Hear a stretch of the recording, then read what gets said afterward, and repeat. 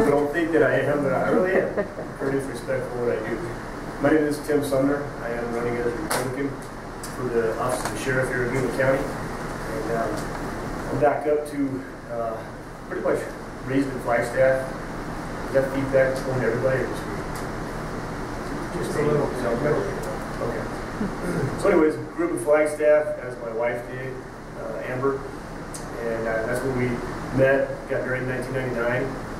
And we decided after having some children, 4 children that we have right now, that Flagstaff was not the place that we wanted to raise our 4 children. They're in the city. We wanted a small rural community to raise our kids in. And to back up again, real quick, because I started off at the Flagstaff. I was working in a jail when I was 19. When I became 21, I'd taken some classes at NAU up there in Flagstaff and the Coconino County Community College, and I was working at the jail. And then when I became eligible to become a police officer in the state of Arizona, I tested at a couple of places at Flagstaff, Police Department, and NAU. Police Department, NAU hired me right away. I went through the process very quickly, and I went down to Phoenix to live down there for a while to go to the Arizona Law Enforcement Academy.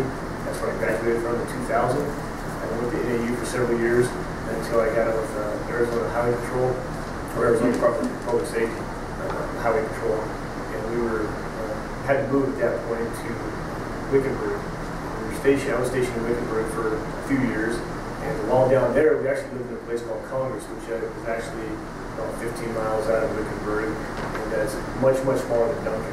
And we liked it very much. We liked that community. We liked that atmosphere. Pretty much knew everybody around there. Everybody knew us. We liked that atmosphere.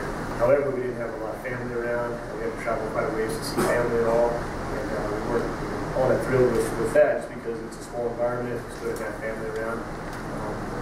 Anyways, gone back to Flagstaff, and then we ended up making it back down here. Down here, my wife's parents bought property down here, and that's where they decided to retire. And so we checked it out a few times and really looked at it pretty hard before we made that decision. And this is where we chose to raise our family. It is a choice. So yes, I'm not a long-term resident here. I don't have all those family ties and family background like everybody else. I'm not related to everybody and everybody else. But this is where we chose to raise our family.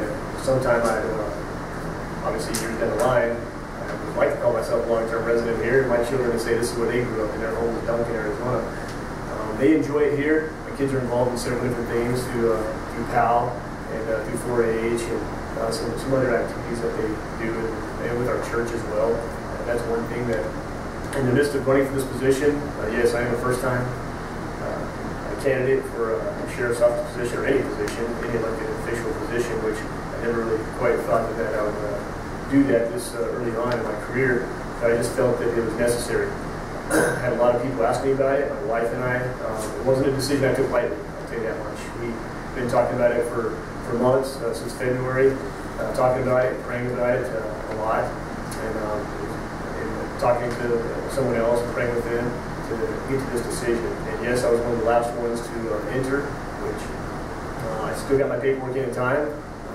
My name should have been in the paper in the first round with everybody else, but it wasn't. That's all right. I got corrected on the second week. But I had my paperwork in on time.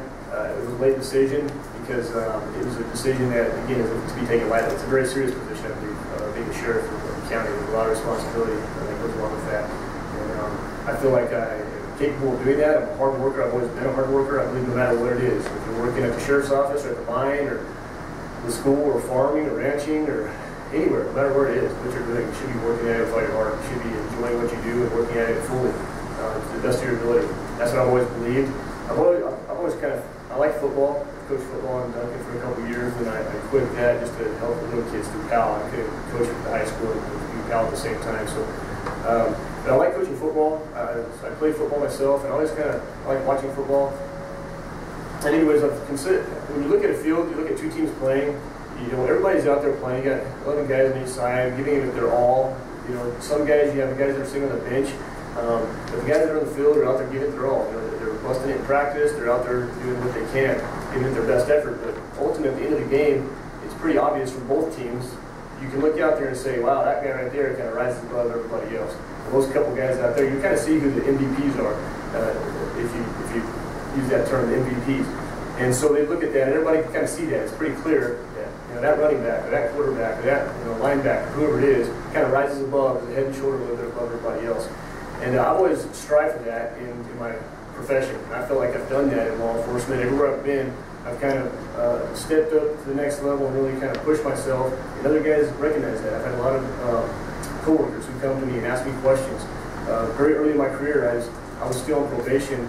My very first year being a police officer, I just graduated the academy, and I get up there to NAU, and there was a big burglary ring that had been going on. And anyways, I ended up stepping up. I did some things. I wrote a search warrant, and I got some great feedback from my sergeant at that point. And in the midst of that, stating that here Tim, being a brand new officer, rose to the occasion to write a search warrant, which many seasoned officers with 10 years plus experience would be very uncomfortable trying to do this, and because it's a serious task.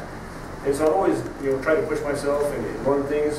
I'm not going to stand here and claim that I know everything at all about the law, because I don't. There's lots of things I've researched on my own. When people ask me questions, I don't have a problem saying, no, I don't know that, but I'll check into it and see. And I'll go and I'll research it. I'll try to find that information. And so I believe that's what it takes and what's important to step into that role.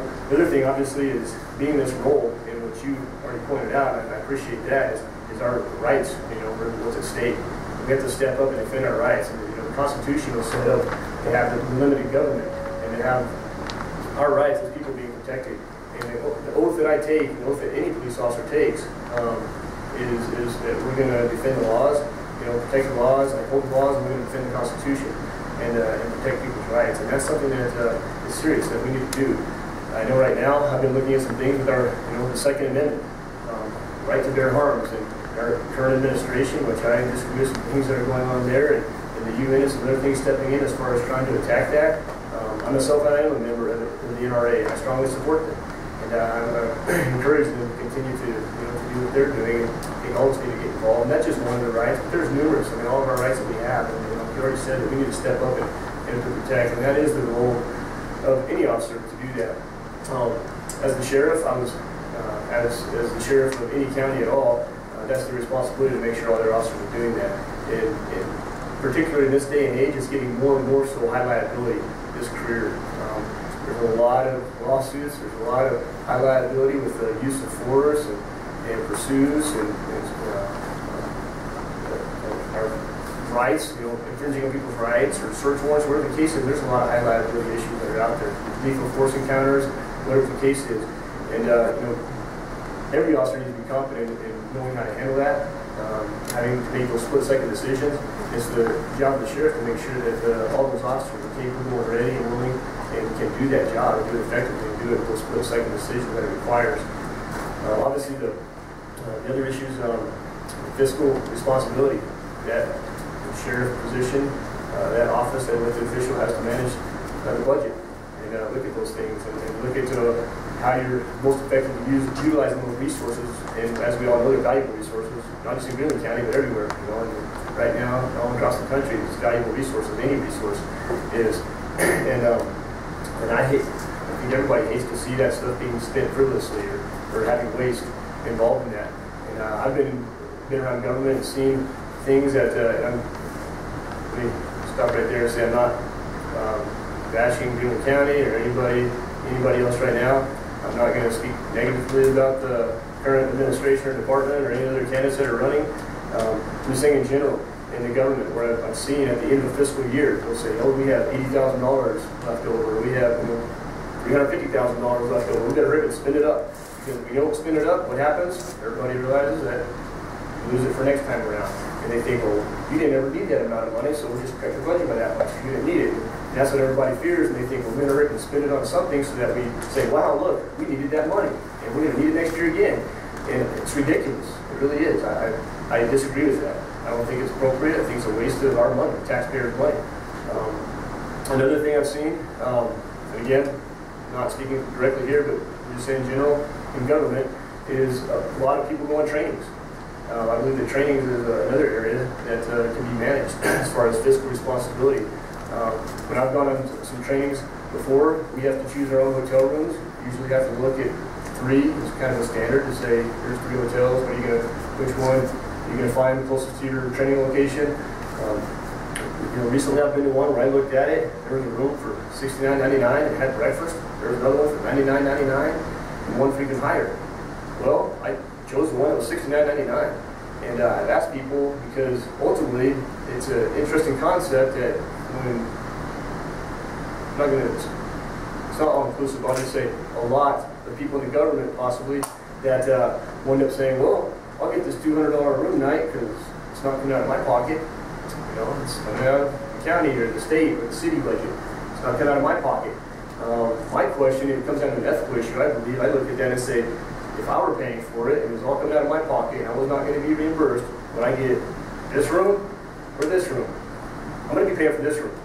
And yet, you ask people, what would you do with this? Well, I'm going to get this room. Exactly. But